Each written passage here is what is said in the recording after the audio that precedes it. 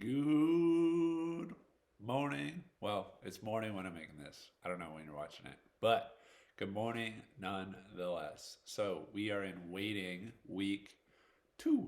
And last week we talked about how sometimes actually waiting for something makes that thing better, right?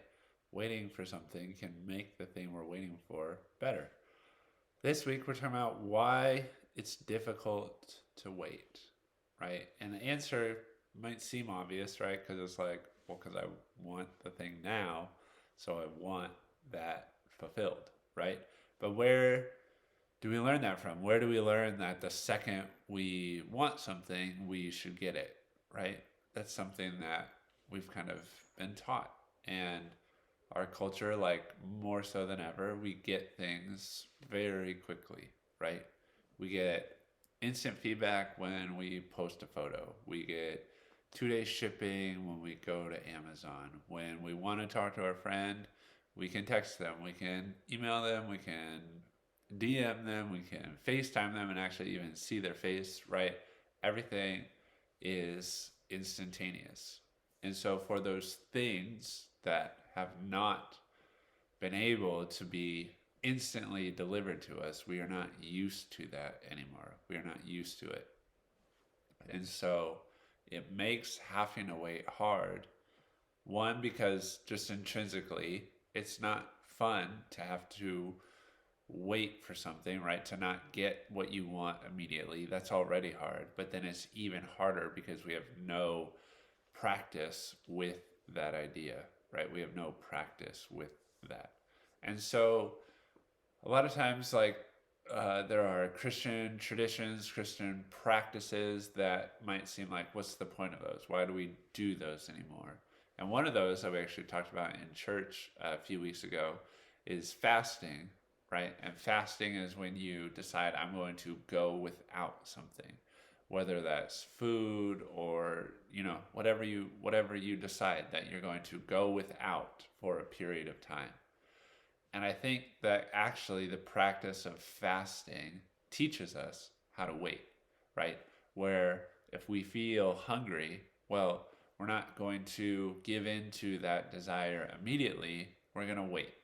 We're going to wait. And in that waiting, we actually learn that we are still okay. It's life is still okay if we don't immediately get that thing that we want. Life is still going even when we don't get what we want immediately, right? And I think that is important for our brains to like realize that we can be okay even if we don't get the thing we want immediately. And actually, a good thing to do, like when you're fasting, is not to just sit and do nothing, right? Like when we would do 30-hour famines, we would try to like load up the schedule with lots of things to do. And not just because we wanted to like put you guys to work, but because it gets your mind off of whatever you're waiting for. Because that's the other hard part about waiting is that we can get hyper focused on the thing that we don't have. And the more focused we are on that thing, the harder it is to wait for it, right? But if we can kind of forget about it, put it out of our minds, right, time seems to move more quickly again. And that's been like even the whole weird thing about this quarantine thing, right? Where, like, and if you don't feel this way, that's okay. But personally, these like 9 months have flown by.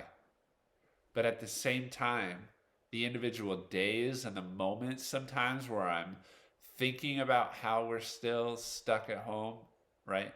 Those can feel really long because that's when I'm hyper focused on the thing that I'm waiting for, right? But when I busy myself with work, with playing video games, with reading, with talking with people, whatever it is that I'm filling my time with, all of a sudden it's like a blur. Like it's just we're just trucking along, we're moving. The weeks are just like going, right?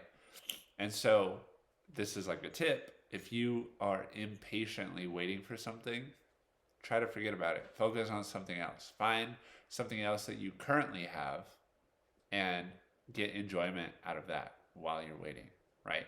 The example that we keep bringing up over and over that I bring up with the kids is like the presents under the Christmas tree, right? If your parents put presents under the tree early, I remember being younger and being like, seeing those and being like, Christmas is forever away. It's going to take so long, right?